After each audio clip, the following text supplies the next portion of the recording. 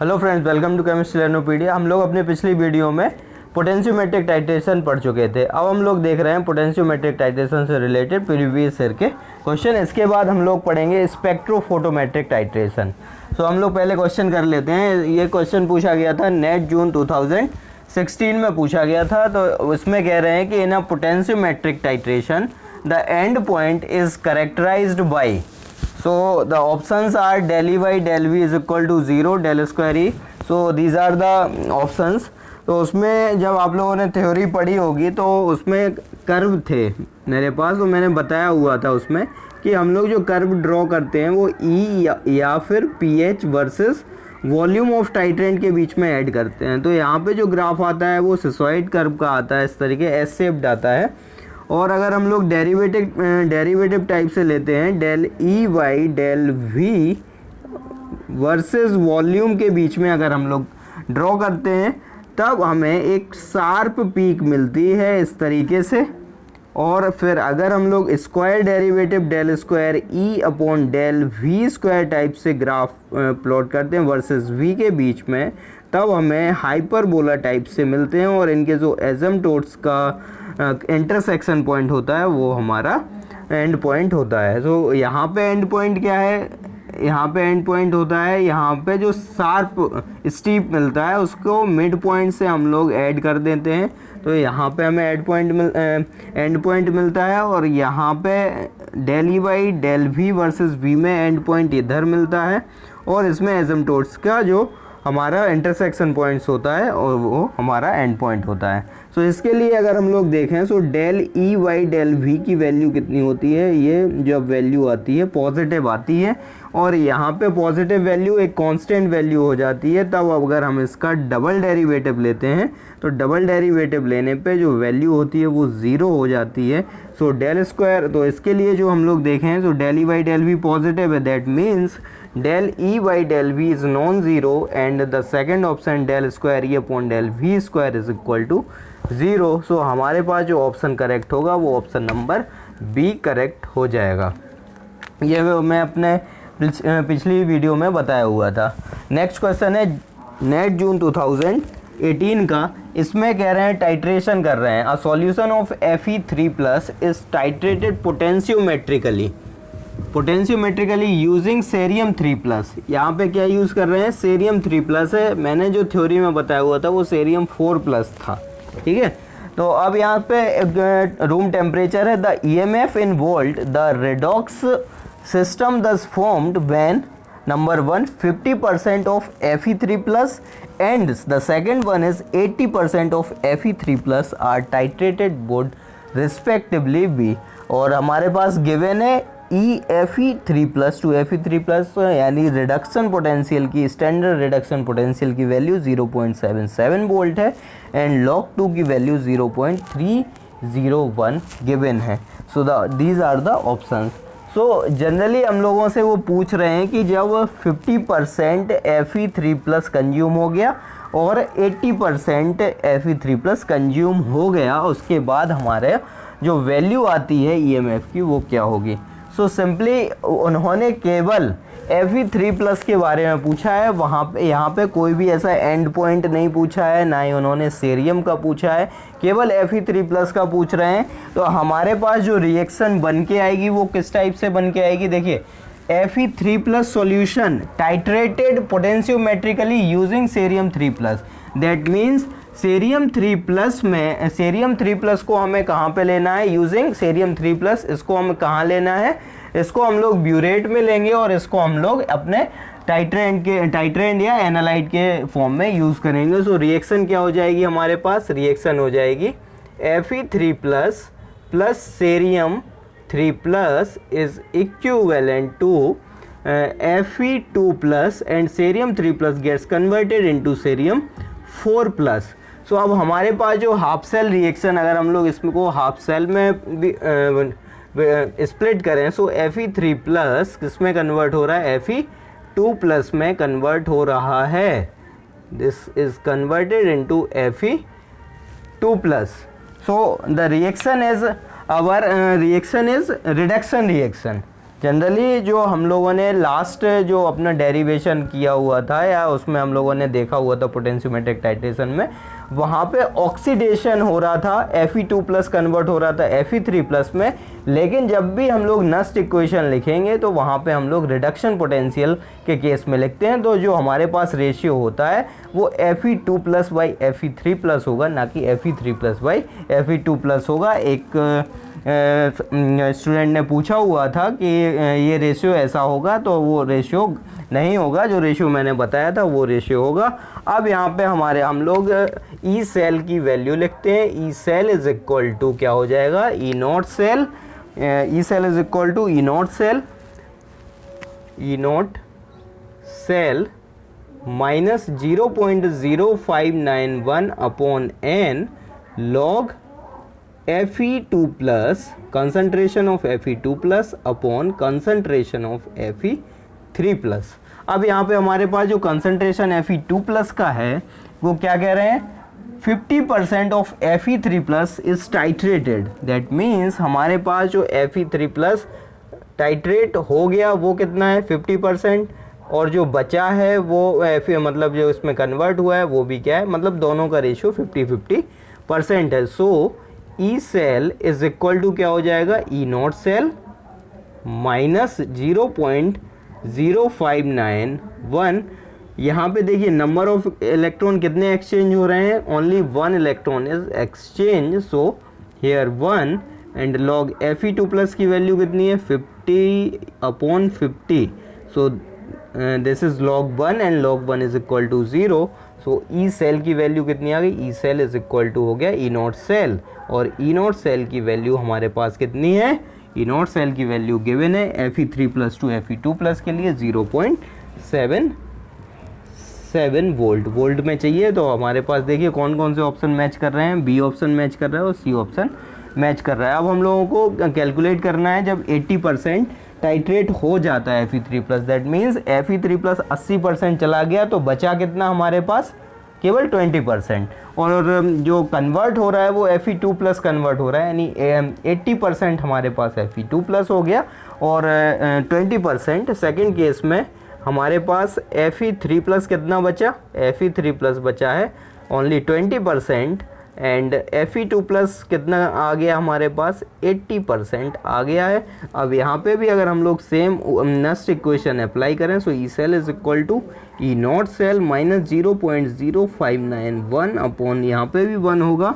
और log Fe2+ ऊपर है तो Fe2+ की वैल्यू कितनी आई, 80/20, ये कैंसिल आउट हो जाएंगे, 4 हो जाएगा। So E cell is equal to हो जाएगा, ई नॉट सेल की वैल्यू 0.77 वोल्ट माइनस 0.0591, और ये हो गया log 4, और log 4 को हम लोग क्या लिख सकते हैं, 2 × 2 यानी 2 का स्क्वायर, और 2 आ जाएगा ऊपर, log 2 की वैल्यू हमारे पास है 0.301। So E cell is equal to 0.77 volt minus 0.0591 into 2 into log 2।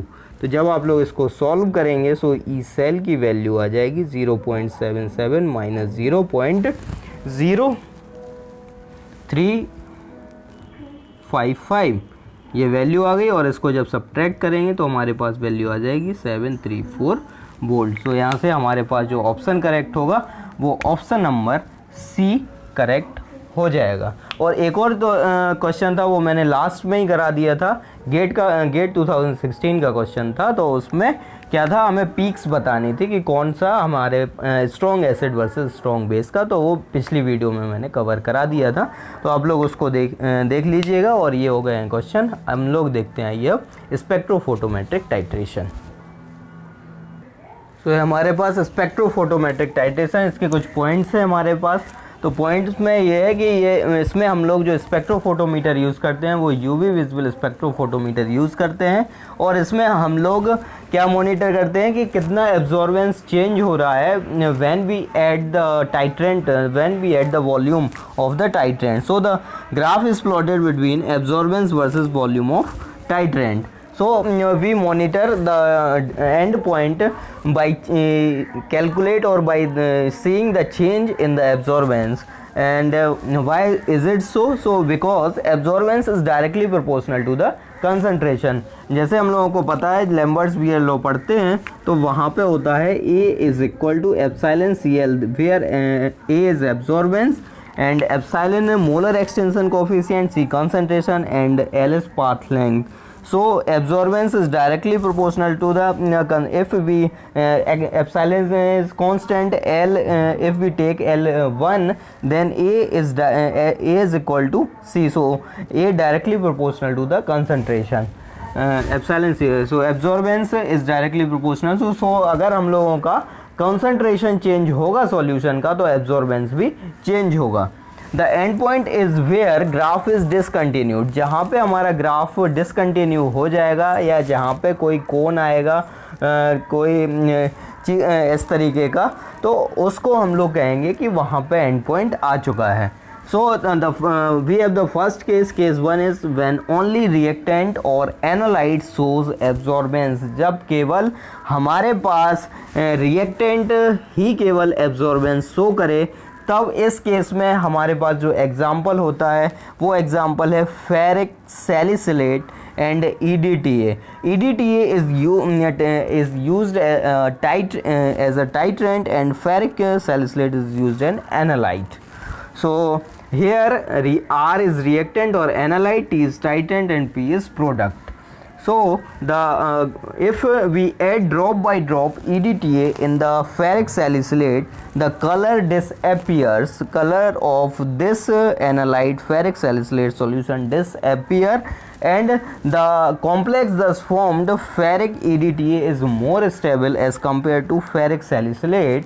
So the absorbance value, because the titrant, the absorbance value of titrant is equal to 0 or it does not show absorbance, so the absorbance value gets decreased at a certain point and after when we get the end point the concentration when we add the EDTA the absorbance become constant and there is no further change in the absorbance. So this point is called the end point of this type of case.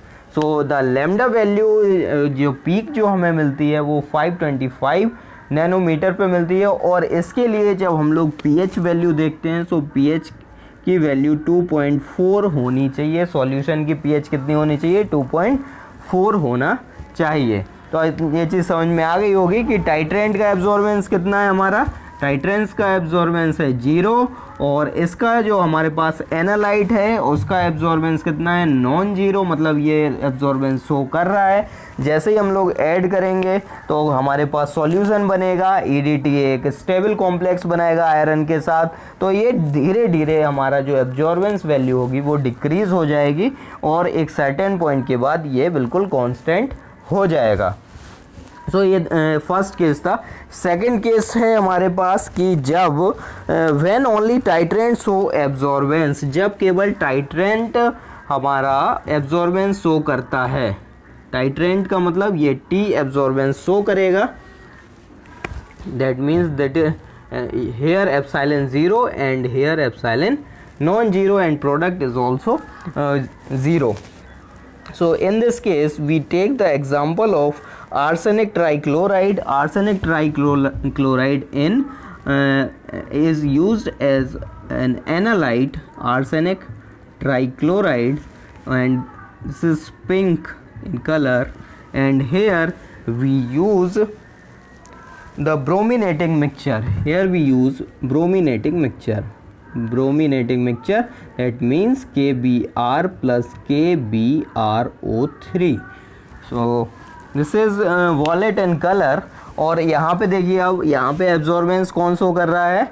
Absorbance titrant show कर रहा है, reactant show नहीं कर रहा है. अब जब नहीं करेगा तो इनिशियली क्या है, हमारे पास जैसे ही ऐड करेंगे तो उतना फर्दर कोई भी चेंज नहीं आएगा, और चेंज ना आने की वजह से पहले हमें जो ग्राफ मिलेगा वो कांस्टेंट मिलेगा।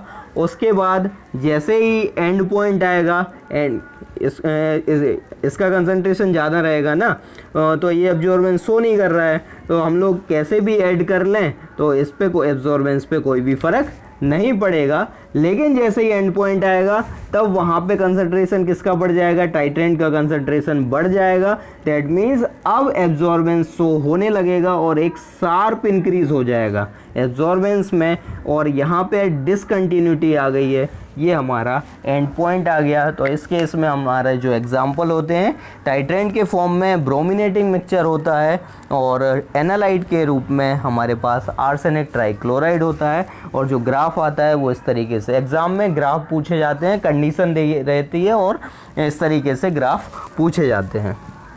नेक्स्ट है हमारा कि क्या है, अब next third point, case third है हमारा, when only product show absorbance, जब केवल प्रोडक्ट एब्जॉर्बेंस शो करता है, बाकी ये एब्जॉर्बेंस शो नहीं करते हैं, तब कौन सी कंडीशन हमारे पास आती है। इस केस में हम लोग जो अपना टाइट्रेंट और एनालाइट लेते हैं, तो यहाँ पे हम लोग लेते हैं कॉपर सल्फेट या निकल सल्फेट का सॉल्यूशन।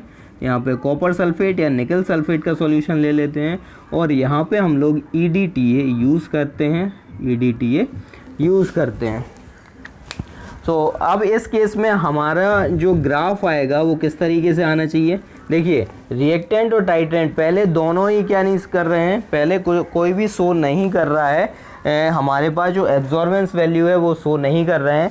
लेकिन जैसे ही हमारे पास सॉल्यूशन बनना स्टार्ट होगा, तो सॉल्यूशन बनना स्टार्ट होगा, दैट मीन्स वो जो सॉल्यूशन बन रहा होगा, मिक्सचर बन रहा होगा, वो एब्जॉर्बेंस शो करेगा। तो जैसे ही ने टाइट्रेंट ऐड किया, यहाँ से EDTA ने कॉपर के साथ, कॉपर सल्फेट के सॉल्यूशन के साथ रिएक्शन की और प्रोडक्ट बनना स्टार्ट हुआ, तो धीरे धीरे ग्राफ इंक्रीज़ करेगा, और एक ऐसी कंडीशन आएगी जब टाइट्रेंट एक ऐसी कंडीशन आएगी कि वहाँ उसके बाद ग्राफ कांस्टेंट हो जाएगा, और वो हमारा एंड पॉइंट हो जाएगा। सो इस केस में हमारा जो ग्राफ आएगा, पहले क्या कर रहे हैं, हमारा प्रोडक्ट शो कर रहा है, तो ये धीरे धीरे इंक्रीज़ करेगा और फिर कांस्टेंट हो जाएगा, और यहाँ पे हमें एंड पॉइंट मिल जाएगा।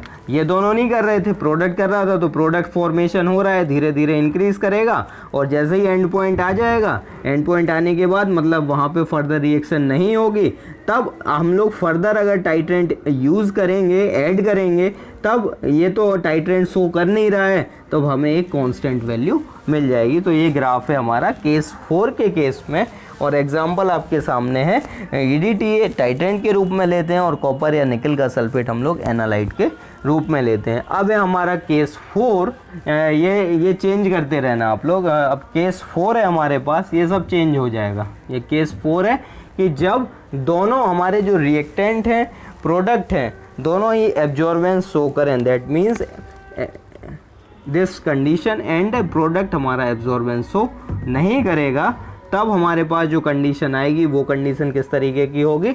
अब देखिए, रिएक्टेंट और टाइट्रेंट, हमारा प्रोडक्ट तो शो नहीं कर रहा है, तो प्रोडक्ट के लिए इनिशियली क्या होगा, धीरे धीरे डिक्रीज़ करेगा।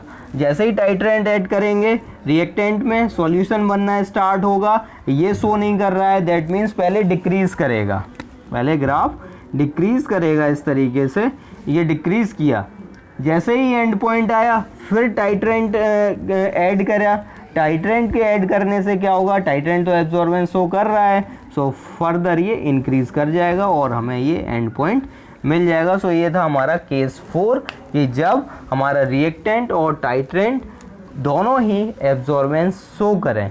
सो ये था हमारा स्पेक्ट्रोफोटोमेट्रिक टाइट्रेशन। इससे और कुछ ज़्यादा नहीं पूछा जाता है, केवल ग्राफ पूछे जाते हैं, कंडीशन दी रहती है और ग्राफ पूछ लिए जाते हैं। तो ये था हमारा स्पेक्ट्रोफोटोमेट्रिक टाइट्रेशन। तो इसको आप लोग देख लीजिएगा, पढ़िएगा अच्छे से। सो स्पेक्ट्रोफोटोमेट्रिक टाइट्रेशन पर बेस्ड एक काफ़ी कॉन्सेप्चुअल और इम्पोर्टेंट क्वेश्चन है। इसमें थोड़ा सा दिमाग लगाना है कि आखिर ये क्वेश्चन कह क्या रहा है। So the spectrophotometric response for the titration of mixture of Fe3+ and Cu2+ ions against EDTA is given below. अगर स्पेक्ट्रोफोटोमेट्रिक टाइट्रेशन की थ्योरी आपने कॉन्सेप्चुअली नहीं पढ़ी है तो इस क्वेश्चन को आप लोग नहीं कर पाएंगे। अगर जिस तरीके से मैंने ग्राफ प्लॉट किए हैं अगर उस तरीके से ही पढ़ेंगे तो काफ़ी टफ हो जाएगा ये क्वेश्चन करना। बस थोड़ा सा हमें याद रखना है उनके एब्जॉर्बेंस वैल्यू, जो रिएक्टेंट हैं, टाइट्रेंट हैं और प्रोडक्ट हैं, उनके एब्जॉर्बेंस वैल्यू याद रखना है, उस पर बेस्ड ये क्वेश्चन है, आसानी से हो जाएगा। तो हमारे पास जो मिक्सचर है, मिक्सचर में क्या क्या प्रेजेंट है, देखिए मिक्सचर है हमारे पास, मिक्सचर में प्रेजेंट है Fe3+ एंड Cu2+, और ऊपर से हम लोग क्या ऐड कर रहे हैं, EDTA ऐड कर रहे हैं। तो अब आप लोगों को याद रखना है कि EDTA किस किस केस में आया हुआ था। तो EDTA हम लोगों ने किस किस केस में यूज़ किया था, EDTA को हम लोगों ने यूज़ किया था अपने केस 1 एंड केस 3 में। केस 4 में मैं बताना भूल गया था, केस 4 में आप लोगों को याद रखना है लिक्विड ब्रोमीन होगा, लिक्विड ब्रोमीन हमारा होगा ब्यूरेट में, और यहाँ पे होगा हमारे पास रेड डाई। ये केस 4 में मैं बताना भूल गया था, रेड डाई होगा, तो इसको आप लोग याद रखना है। यहाँ पे रेड डाई होगा और ये लिक्विड ब्रोमीन होगा केस 4 में। तो अब हम लोगों ने जो EDTA यूज़ किया था वो किस किस में यूज़ किया था, अपना केस 1 और केस 3।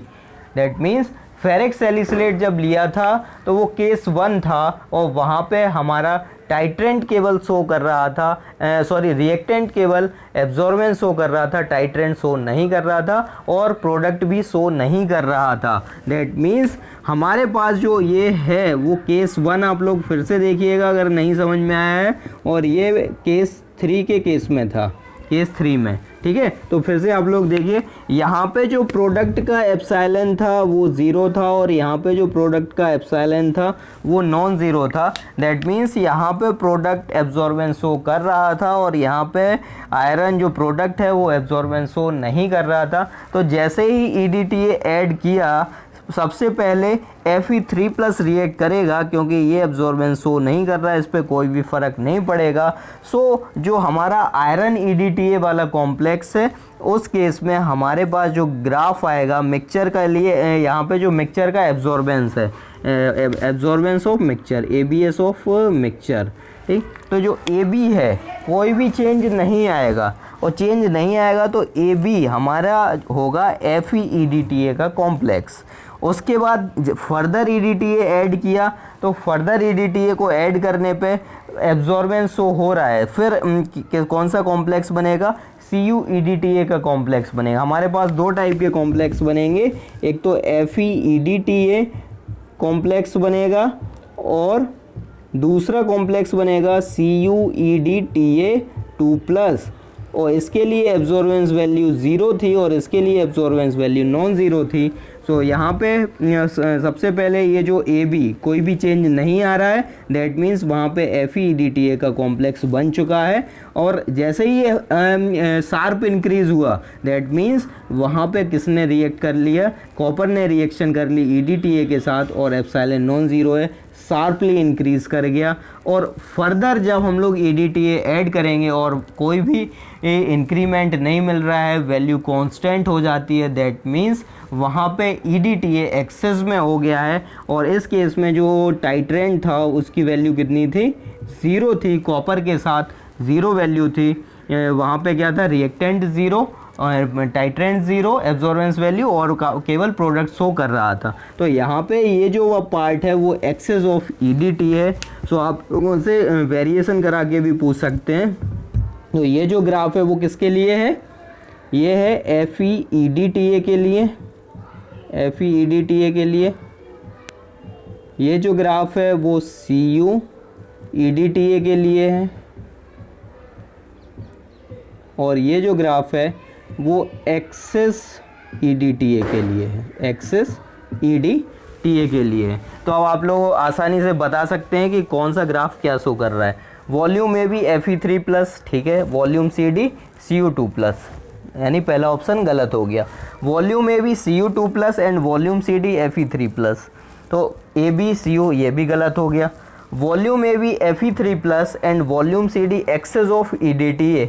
इस तरीके से हम लोगों ने लिख लिया है और यहाँ से हमें पता चल गया है। और अगर आगे फर्दर हम लोग फोर्थ ऑप्शन पे जाएंगे तो ए बी क्या बता रहा है, कॉपर का कंसंट्रेशन, तो ए बी कॉपर का कंसंट्रेशन नहीं है। तो हमारे पास जो ऑप्शन करेक्ट हुआ वो कौन सा ऑप्शन करेक्ट हो गया, ऑप्शन नंबर सी करेक्ट हो गया। सो this is all about spectrophotometric titration. If you like this video please subscribe the channel and share more and more videos. अगली वीडियो में हम लोग पढ़ेंगे पोलैरोग्राफी और ये हम लोगों का लास्ट टॉपिक होगा, इलेक्ट्रोकेमिस्ट्री कंप्लीट होगी। Thanks for watching.